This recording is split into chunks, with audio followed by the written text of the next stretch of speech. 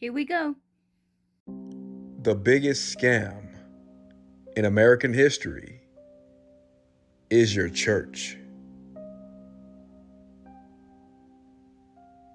If you're still giving your money to your church in 2025, the joke is on you. I'm going to tell you guys a quick story of a good friend of mine whose house burned down. He lost everything within the blink of an eye. And that church that he was tithing to, giving his money to every Sunday, when he went to them for help, they did nothing. You have your preacher riding around in Bentleys, flying on private jets, living in mansions off of your money. If you go into 2026 still subscribing to the scam, the joke is on you. And I'm speaking specifically to people of the South. You have these big churches on every single corner. Mega churches that suck the money out of every community. Your job won't give you a raise, but you'll give your money to make one man rich or three men in that organization very rich, to the point where they can build a mega church and receive your money tax-free.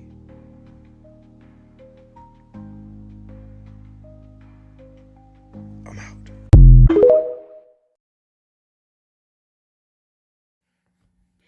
Tithing. Do y'all actually know what tithing means? It doesn't mean that you go to church and give money. Tithing was what you did back in the 1500s is the harvest. The harvest of whatever you planted, the animals. Tithing is giving 10% of what you grow and the livestock you have. And you're supposed to give it out to the community, to the city, the villagers. That's what tithing is. It doesn't mean you go to church and give your money to the preachers and the church and all that. They're not really using it for the poor people anyways. They're using it for themselves, getting nice homes and cars and name brand clothes and spiff up the church with this and that and computers and all that. You're giving your money to the wrong people, because not everybody has a garden or fields of fruits and vegetables and a lot of livestock to give tithing to the villagers and poor people and stuff. But if you have money, then you're supposed to go and help people. You go and help them in their needs. That's what you're supposed to be doing. You don't give your money to no organization or a church. They're running a business. They don't use their money for anything important. That's what tithing is helping people yourself. Because the church don't do a goddamn thing for nobody. What do you do? I do PMAs for companies. No, I don't even know what that means, so you gonna have to say that. Because I know it's somebody else. Private membership association. Talk that talk. So I create tax exempt entities. So all these LLCs and all these structures that people have, they really don't need. They can operate their business under the church because people don't understand what the definition of church is because they think four walls and minister, when actually it's a business. And the IRS doesn't define church, and people don't know that. That's fire. They can't define church because it would be a violation of their First Amendment rights. So I took years to study the IRS and got myself out of IRS debt and student loans.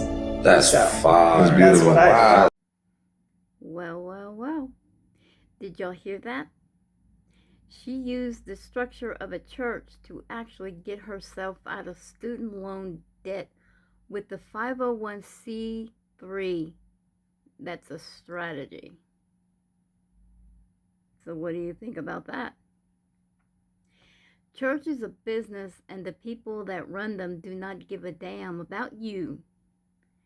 They know that if anything fails, they can walk away with a whole lot of free tax money and property. Their practice is legal, but let's be very clear.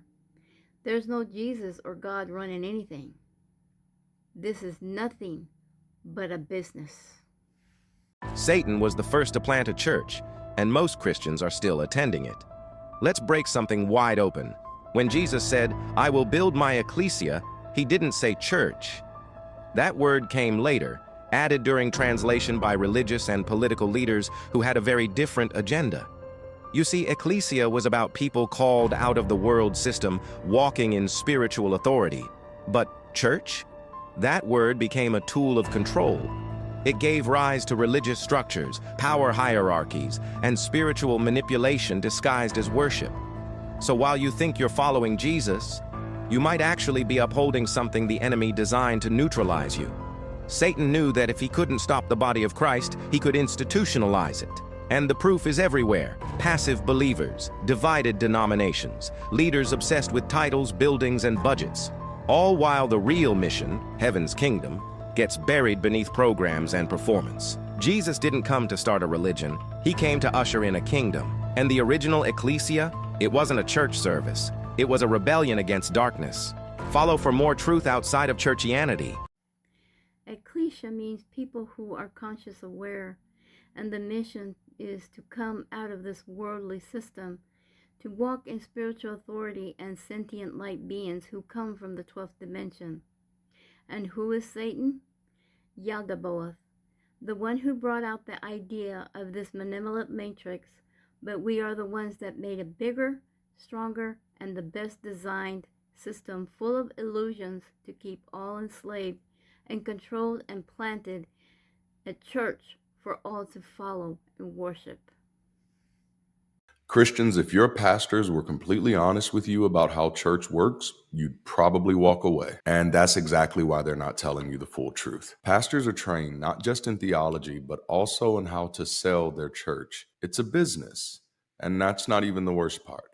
It's a system designed to keep people in line, keep the money flowing in, and to keep you from questioning too much. And I know this because I used to be one of them. I stood on the platform week over week believing that I was doing the work of God. But looking back, I realized how much I kept hidden, sometimes because I was trained to, and sometimes because I didn't even recognize the problems myself. Now, here's the irony.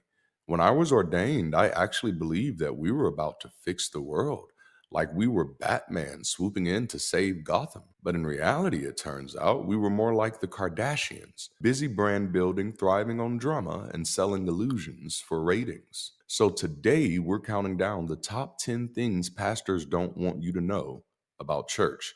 And trust me, if churchgoers knew these things, a whole lot more pews would be empty. Let's get started.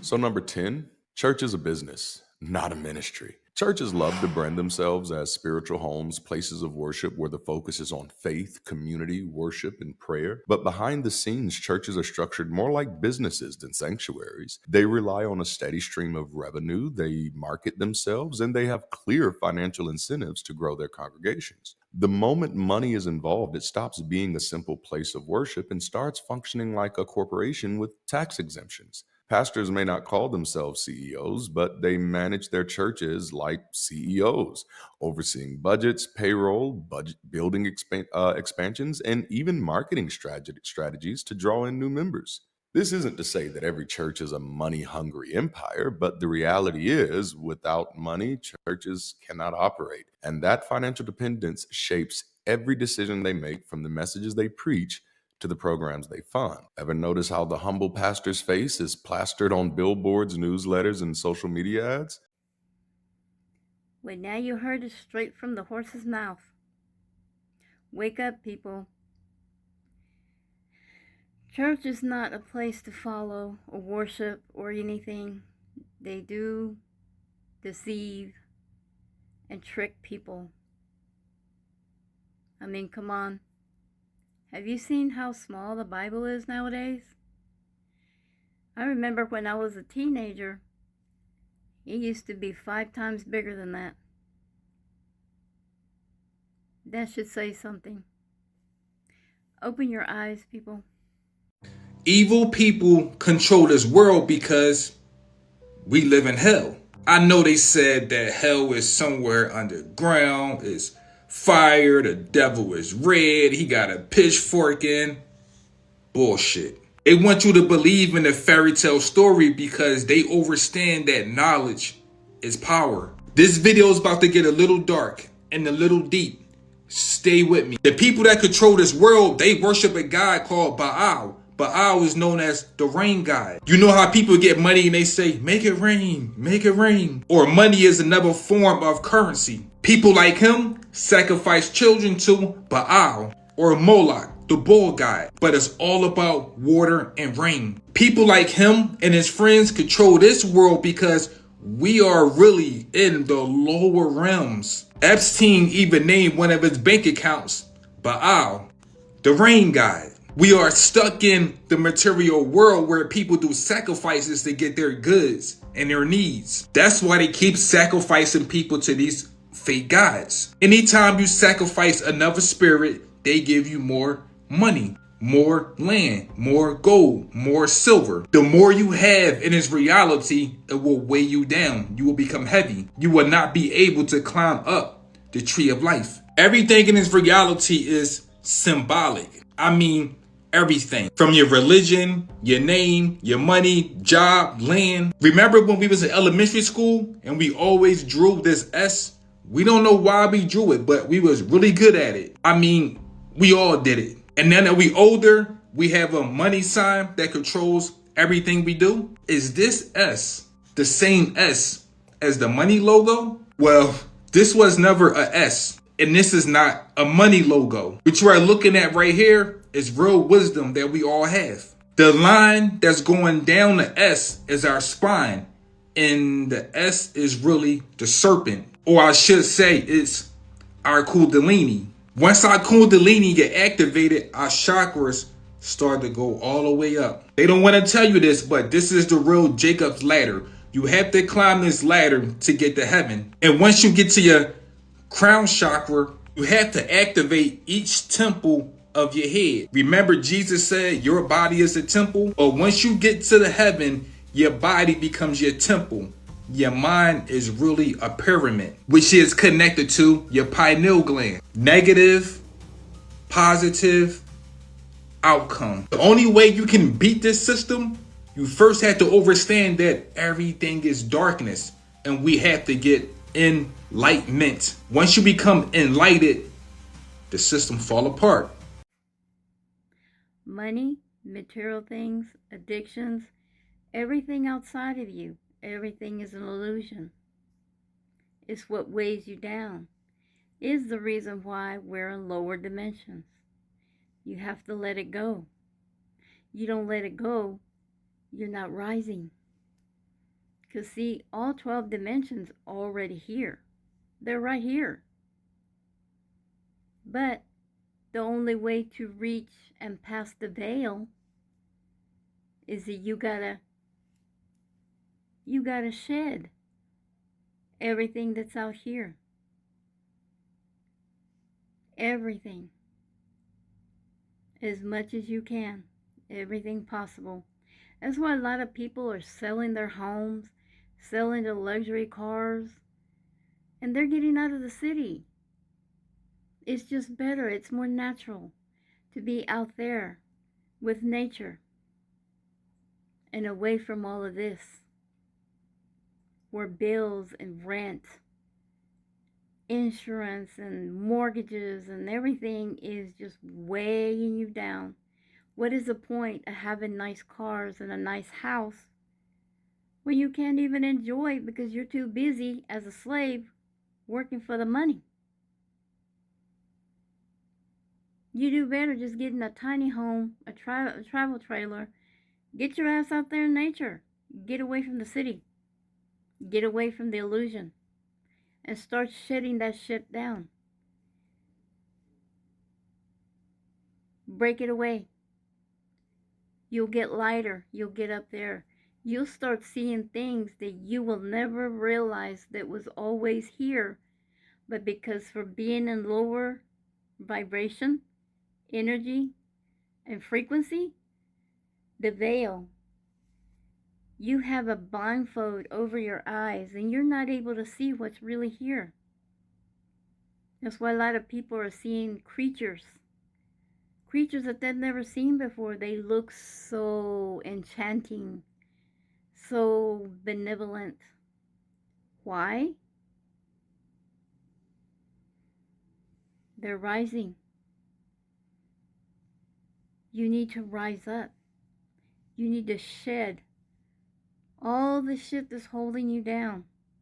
Because right now you're a sack of bricks. And until you can let go of everything that's outside of you, money, material things, all the luxuries of the city, all the addictions, I'm telling you, this is why I say you will feel a whole lot better when you can let it go.